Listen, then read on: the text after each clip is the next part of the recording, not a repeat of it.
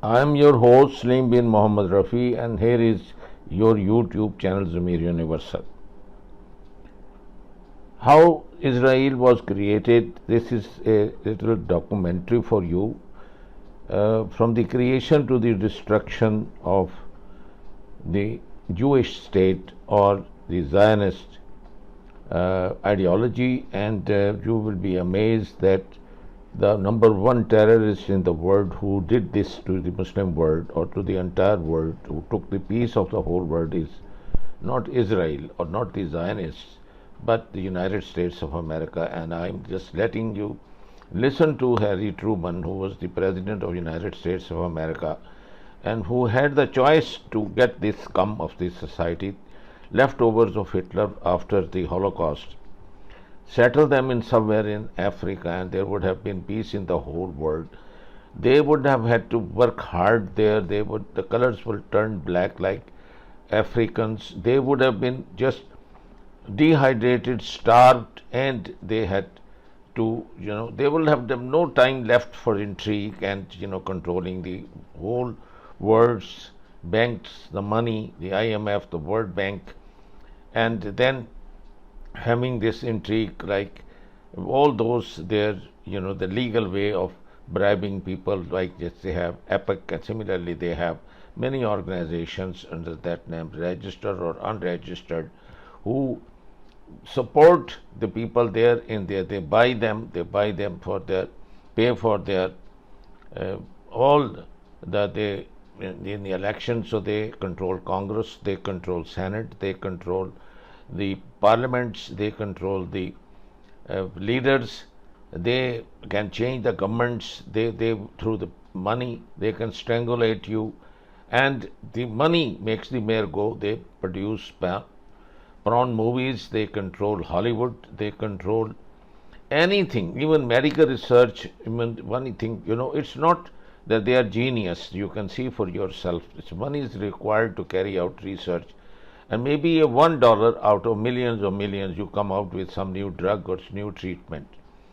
So you don't. This is a false thing which has been carried out, that they are the genius race or they are God's chosen people. For God's sake, they are the filthiest, the dirtiest, and you can see there how they have done with the Gaza children and women and elderly and cancer patients, how they destroyed their hospitals, their university, their colleges, their schools, their shelters, all their World Health Organization people, they sent over them to control communicable diseases. They destroyed their sewerage, and now you have polio over there, you have typhoid over there, you have people dying of starvation. They stop food going to them, they stop electricity, water, everything. Desalinated plants they destroyed, they poisoned the wells which were there. So you think they are human, they are animals. And who created and brought these animals from the Eastern Europe? Now you see for yourself with the evidence I am giving you in this documentary. And why America is number one terrorist again is in this documentary. There is an evidence, and you see.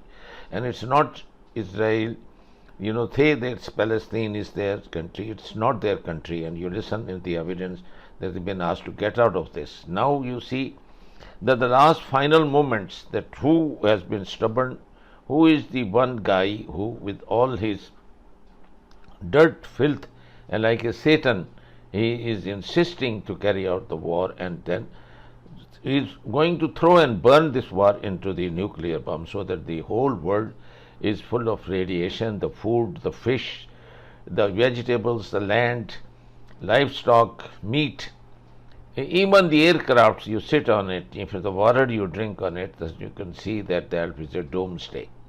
So from the beginning to the doomsday of this illegitimate state created there, now you see.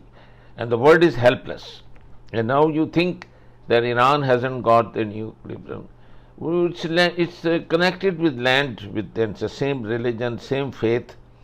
There's nothing different between there. So it's again as has been predicted. The Jewish scholars, the Christian scholars have written the crash of civilization will come just before the end of this world. And now you see ultimately this one single crazy monkey. He has created this. It started with the settlements and his 4 terms as the Prime Minister, the longer serving Prime Minister of Israel. Now you can see what's happening. Now you can see, and you can't blame anybody else for these.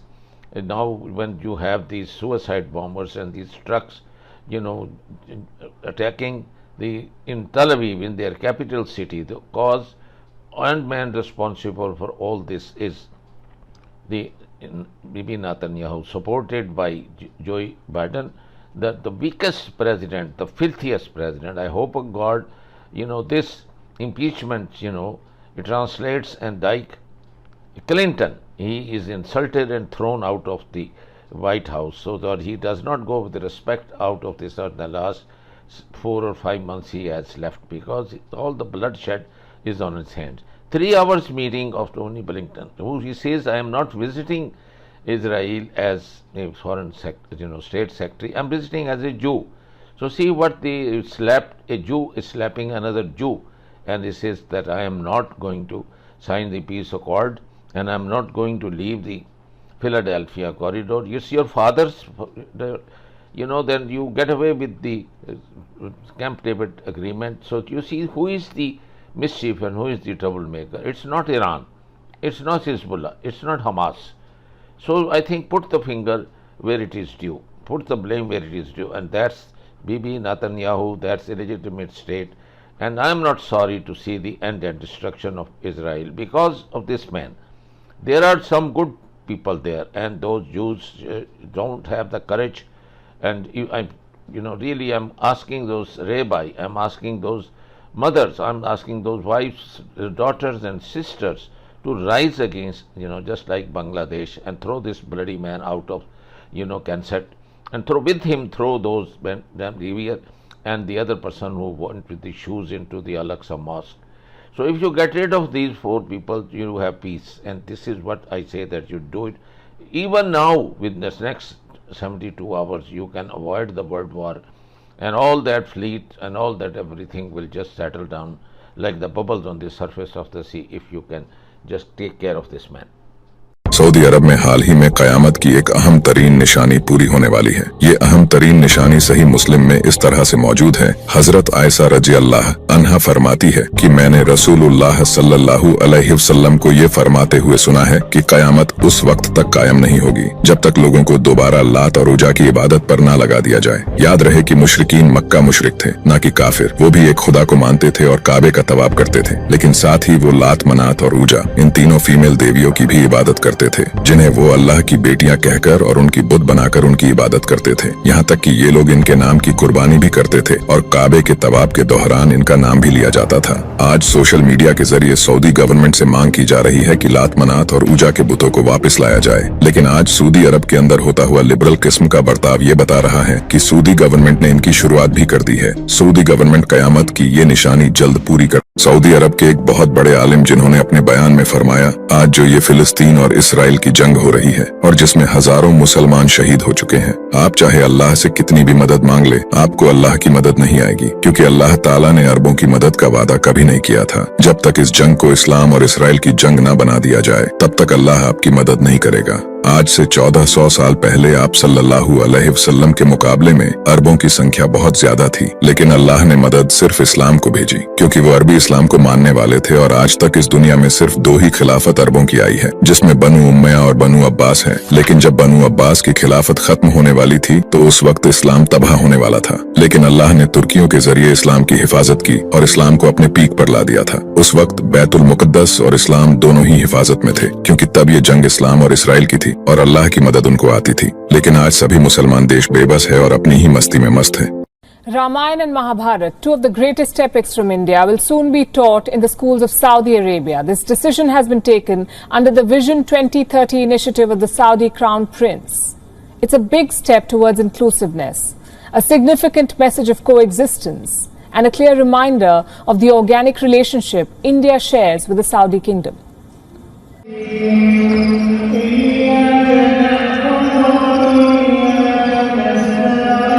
The land of Mecca and Medina, the birthplace of Islam,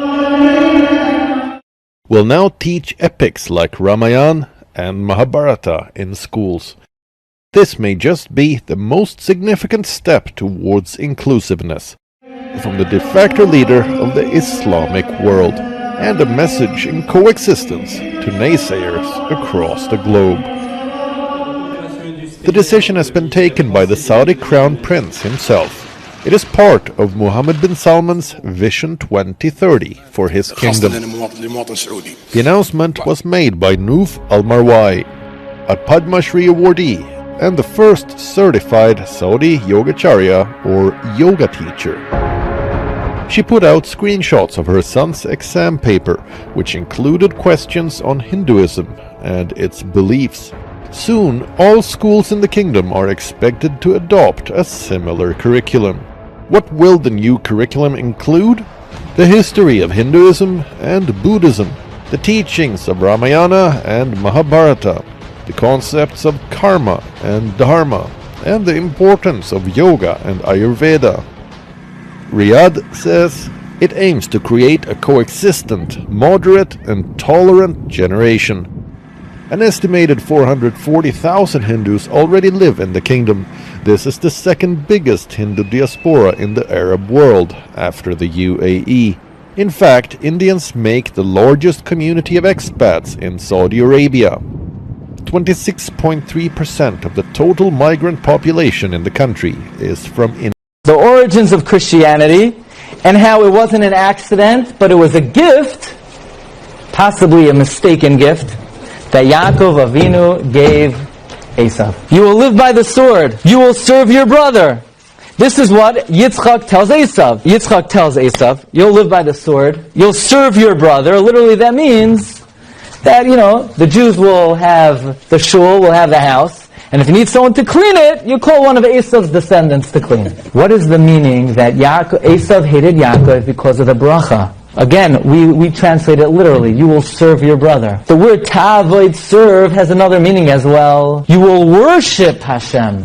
What does avoida mean? Avoida means service, but avoida means worship also. And this is the prophecy of Yitzchak Avinu, that the Christian world will worship Klal Yisrael as their God. V'rav Yavoid Sawyer. And the older brother, not will serve the younger brother, the older brother will worship the younger brother as their religion. That Shem predicted from the beginning of time that Esav will worship a Jew as their religion. That's the nevuah of Yitzchak Avinu, that's the nevuah of Shem. What an astounding nevuah. And if you want to know why Esav hates Yaakov, it's not because we're socialists, capitalists, Bundists, Yiddishists. The Esav hates Yaakov because they suffer from a lack of identity and self-confidence, in that they have to worship us. That's the root of anti-Semitism, says Rav Moshe David Vaughan. Roy Anderson was one of them. We had several other people in the country, even among the Jews, the Zionists particularly, who were against anything that was to be done if they couldn't have the whole of Palestine and everything handed to them on a silver plate so they wouldn't have to do anything. It couldn't be done. We had to take it in small doses. You can't move 5 or 6 million people out of a country and fill it up with 5 or 6 million more and expect both sets of them to be pleased. We had all sorts of objections to everything that was done. Something had to be done. We went ahead and done it, and had it done, and now it's working out. Eventually, I think we'll have them all satisfied. But it's going to take a great deal of time yet to get the job done. Could you tell us that they were worried about war with the Arabs? America is number one, but unfortunately, America is number one in sexual perversion, number one in abortion, number one in crime, number one in the destruction of family values, number one in the enforcement of humanistic political correctness. And I'm thinking about not only myself, but I'm thinking about my children. I'm thinking about my children's children. If the Lord tarries, I ask, what kind of a nation are they going to inherit? Supporting Israel has been, first, we share values. Well, Israel is demonstrating the values of the Ku Klux Klan, and I don't share those values. And second, I mean, basically what's going on in Gaza is a mass lynching. It's totally extrajudicial, illegal, and brutal, and utterly inhumane. And the second reason is supposedly that Israel is a strategic asset. But I have never heard anyone describe what it does for us other than get us in trouble. So I think this is a moment in which the Israelis have made a huge mistake because, you know, the question they used to pose was, does Israel have a right to exist? Which is a rather strange question because it does exist. I don't know of other countries that run around asking whether they have a right to exist. But I think that question is being replaced now in much of the world by, does Israel deserve to exist? Can the world really maintain normal relations with a country that behaves in utter disregard of international law and in a completely inhumane fashion? Tehran actually threatens America, it will be because Israel and its powerful lobby in the U.S. have succeeded in creating an essentially false casus belli to mandate such action. Prime Minister Benjamin Natenyahu, who once commented that 9/11 was good for Israel, has repeatedly sought to commit our government to draw red lines that would narrow options for the White House and de facto require it to take action with the military against Iran. ये America की यानी US house intelligence का chairman है, representative है, और इसका नाम है माइक टर्नर। अब जानते हैं इसने क्या कहा है? इसने कहा जी ईरान बनने जा रहा है एटमी ताकत और वो डिक्लेयर करने वाला है, और बस अनकरीब वो डिक्लेयर करने वाला है। और ईरान यानी गालिबन इनके मुताबिक ईरान एटमी ताकत बन चुका है और बस इसने अब डिक्लेयर करना है और उसके बाद आप देखिएगा क्या सूरत हाल पेश आती है। अभी तक अमेरिका के इंटेलिजेंस मालूमात जो इस शख्स के पास आ रही हैं उसके मुताबिक ईरान न्यूक्लियर वॉरहेड बना चुका हुआ है, ईरान ने सिर्फ डिक्लेयर करना है। अब ये असल में जो सूरत हाल इस वक्त आप समझ लें, ईरान हो सकता सारी जिंदगी इसराइल की तरह डिक्लेयर ना करता, यानी हमेशा की तरह वो ये लगा रहता जैसे इसराइल ने कभी डिक्लेयर नहीं किया, लेकिन उसके पास एटमी ताकत है और वो अब इस वक्त जो ईरान को धमकियां दे रहा है। अब असल में गेम नहीं खेली जा रही है। इसराइल और ईरान की जो लड़ाई है उसमें बड़े ममालिक को लेकर आने की तैयारी है। बैकएंड पर प्लान क्या चल रहा है, ये सारे के सारे जितने भी हैं अब ममालिक, और आपको अगले चंद दिनों में एक शुरुआत नजर आएगी।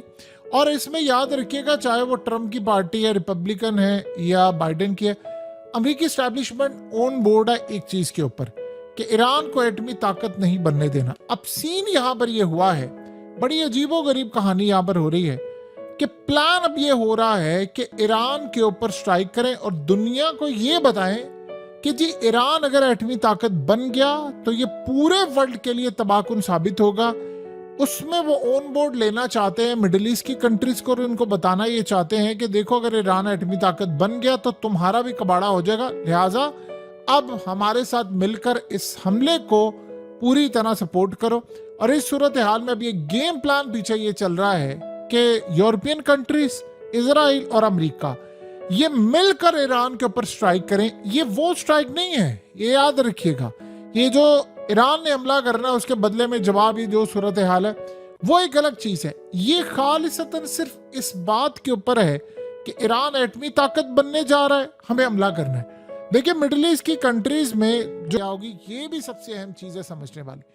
सो अगले कुछ अरसे के अंदर हालात ये बता रहे हैं, मामलात ये बता रहे हैं कि एक तरफ तो यमन के अंदर देखिए हाइपरसोनिक मिसाइल यमन की कैपेसिटी नहीं है अभी, उनके पास लड़ाके बहुत ज्यादा इंजीनियर भी हैं, उनका अभी वो लेवल नहीं है कि वो खुद बना सके। अब ईरान ने अगर हाइपरसोनिक मिसाइल उनको हैंड ओवर किया या वहां पर, आपको पता है वो पार्ट्स लेकर वहां पर जाकर संभल कर दे, ये सारी सूरत हाल अगर कर दिया रूस की मदद से, तो क्या आप इस सारी सूरत हाल को समझते हैं कि इस सारे सिनेरियो में वो अपना न्यूक्लियर वॉरहेड वहां पर मुंतकिल नहीं करेंगे? अगर ये ईरान की एटमी फैसिलिटीज को तबाह करेंगे तो ये बात याद रखिएगा, फिर ईरान के पास जो हाइपरसोनिक मिसाइल है उसने इजराइल की एटमी फैसिलिटीज को तबाह करना है। भी ये लड़ाइयाँ नहीं रुकने वाली, ये वो सिलसिला नहीं है जो पहले है। तो अब ये अमेरिका ने बड़ा क्लियरली कहना शुरू कर दिया है कि भाई ये तो बनने वाले हैं, तो हमें जल्द से जल्द इससे निजात हासिल करनी है, स्ट्राइक करने हैं और मामलात को काफ़ी हद तक मैनेज करना है। अब जब इसने रिप्रेजेंटेटिव ने ये बात की है तो इसमें एक और भी चीज़ ऐड कर लें कि इस सारी सूरत हाल के अंदर ईरान, मलेशिया, अल्जीरिया और ये दीगर ताकतें जो हैं वो रूस के साथ वॉर हेड है, वो अगर ब्लड से मिसाल के तौर पर उन्होंने लिबनान में रखा हो या उन्होंने किसी जगह पर यमन पर, ये दो ही जगह है ना जहां पर वो भरोसा कर सकते हैं, अगर वहां पर उन्हें रखा हो तो वहां से उन्होंने कहा कि ठीक है जी आप इनको मार दें, फिर क्या आप करेंगे? फिर तो ये सूरत हाल, यानी अमरीका देखें इस वक्त बड़ी भड़के सारे मार रहे हैं, हम ये फलाना कर देंगे, हम ये कर देंगे, वो कर देंगे। ये इतना आसान नहीं है, सबके पैरों तले जमीन निकली। एक बड़ा अजीब पागलपन है जो नेतन्याहू की तरफ से, यानी एंटनी ब्लिंकन ने इसको Israel's assault on Gaza continues endlessly, seemingly no end in sight. The U.S. limply looks on, makes some meaningless, disgruntled noises from time to time, some superpower we are. The ICJ ordered Israel to stop its genocidal attacks, to no avail. The ICC's threatened arrest warrants, well, they have failed to materialize as of yet, and we all wait with bated breath to see if Iran's retaliation in response to Israel's provocation will plunge the whole region into an even bigger and much more deadly war. It often feels like the Israeli state can just act with impunity, raining terror down on a trapped population with no one and nothing able or willing to stop them. But just below the surface, a doom spiral for the Israeli state may already have been set into motion, a mounting economic calamity that threatens to collapse the state entirely. The BDS movement, in their wildest dreams, could never have imagined the economic toll that the Israeli state is basically inflicting on itself right now as we speak. So here are the details.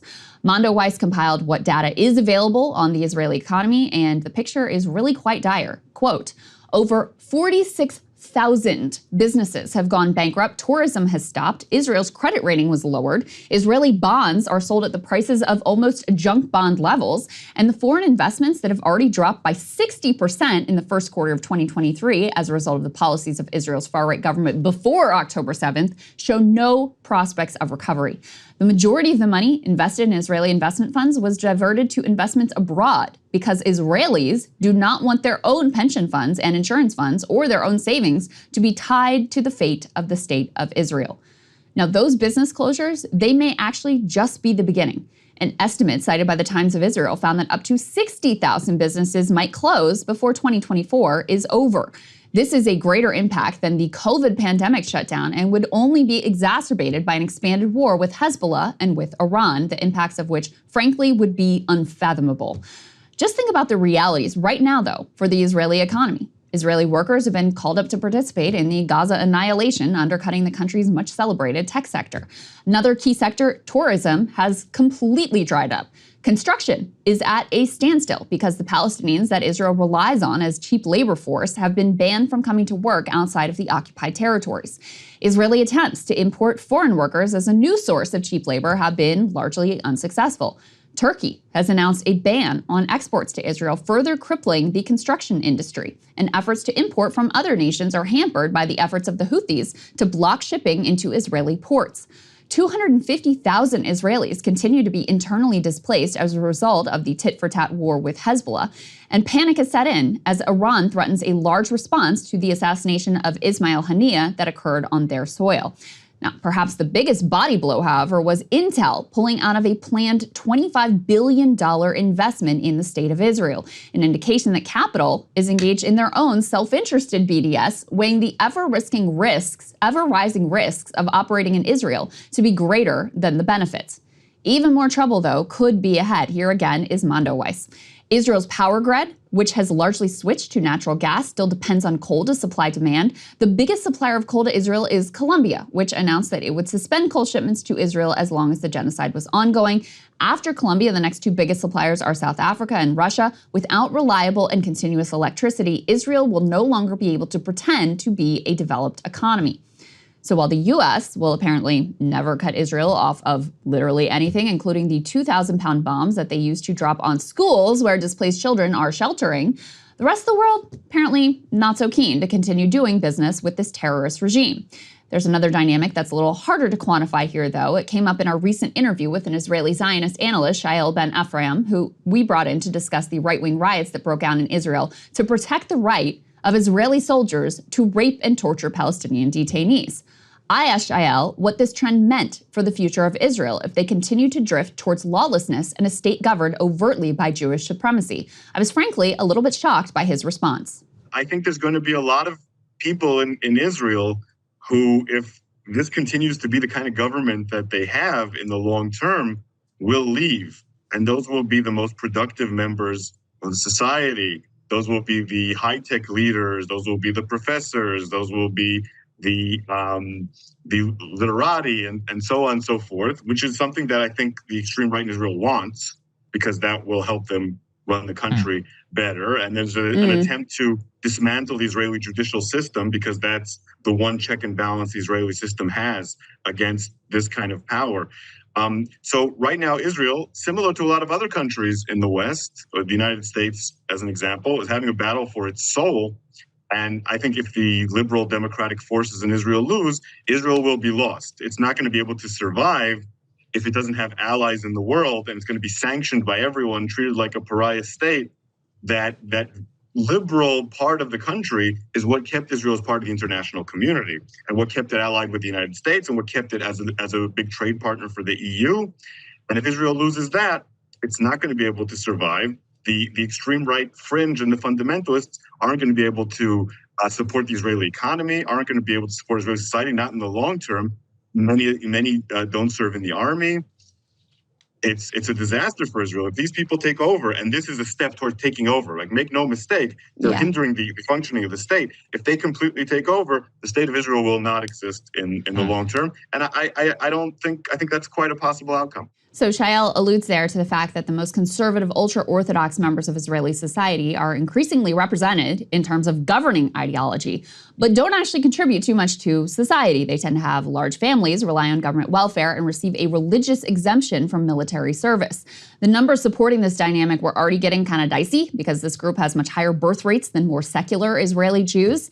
If you see a significant brain drain due to unending war and overt fascism, according to Shael, quote, the state of Israel will not exist in the long term. Bolstering this point, Mondo Weiss quoted an Israeli economist, Professor Dan Ben-David, as saying that the Israeli economy is held together by 300,000 people, the senior staff in universities, tech companies, and hospitals. Once a significant portion of those people leaves, he says, we won't become a third world country. We just won't be anymore. Has this exodus already begun? Difficult to say, and frankly, some of the data is really conflicting. But according to the Times of Israel, Israelis have already begun leaving the country prior to October 7th due to the Natenyahu government's extremism and attacks on the judiciary, which had led to a large protest movement for more secular elements of society. That outflow accelerated after October 7th, leading to about 42,000 permanent departures from November through March of 2024. And one can only imagine what an all-out war with Hezbollah and or Iran could do to those numbers in a country where a significant minority of the population hold multiple passports. By enabling the worst of Israeli atrocities and excesses, self-proclaimed Zionist Joe Biden may have unintentionally helped to galvanize a force that could actually destroy the Israeli state. We may be watching in real time as Israel collapses under the weight of its own internal divides, capital's aversion to risk, and the world's revulsion to apartheid and genocide. Hey guys, if you want to see what I had to say to Crystal's monologue, not just this one, all of them, going back to the very beginning, become a premium subscriber today, breakingpoints.com. आकर ये कहा, वैसे तो वो ही नहीं गई है, ये याद रखिएगा। वैसे उसने अगर कहा कि ये लास्ट चांस है, तो इसके बाद हो सकता है फिर हम जंग में ही मिलेंगे। तो उसने कहा ठीक है, मेरे पास और बहुत सारी ऑप्शंस है, हम जंग में उतरने को तैयार हैं। लेकिन उसने साथ अमेरिका को कहा कि आप ना हमें बताएं ना कि ये क्या करना है क्या नहीं करना, आप सिर्फ हमारा ऑर्डर ले और फौज अपनी तैयार रखें हमारे साथ जंग के लिए।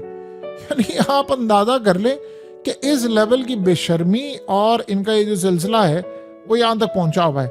तो अमेरिका अब पूरी प्लानिंग कर रहा है इस वक्त कि इन्होंने एक माहौल बनाना। असल में अमेरिका कभी जंग में खुद अकेला कूदता नहीं है, तो वो प्लान ये कर रहे हैं कि हम यूरोप को भी साथ लेकर आए, हम बाकी ताकतों को भी साथ लेकर आए, और इस सारे सिनेरियो में एक बड़ी जंग सर पर खड़ी हुई है। और यही वो वजह, असल में ईरान के हवाले से एक चीज पर सारे मुत्तफिक हैं, जो खास तौर पर इस्लामिक वर्ल्ड भी याद रहे, वो भी अमेरिका के साथ खड़ा है इस मामले पर, अक्सरियत ममालिक। और इसके साथ साथ इजराइल के साथ यानी ऐसे ममालिक खड़े हैं, वो ईरान को असल में आगे बढ़ते देखना नहीं। वो कह रहे हैं कि भाई ईरान को नहीं हमने छोड़ना, इनको एटमी ताकत ना बनने दो, फलाना ना करने दो। ये बात याद रखिएगा, एक दफा कोई मुल्क एटमी ताकत बन जाता है फिर उस पर कोई बड़ी ताकत हमला नहीं करती, क्योंकि उसके बाद जवाब होता है उसने उड़ा देना है। छोटे मोटे स्ट्राइक बस हो सकते हैं, इससे ज्यादा ऊपर नहीं हो सकता। यानी कोई इतना बड़ा स्ट्राइक जी आप कह लें तो बस ठीक है जी, शहर के शहर उड़ा दिया ऐसा। अब आप रूस को देख लें, कितनी लड़ाई हुई, लेकिन रूस के ऊपर उस लेवल का कभी हमला नहीं हुआ, क्योंकि वो सबसे ज्यादा अमेरिका के साथ मिलकर न्यूक्लियर वार रखता है।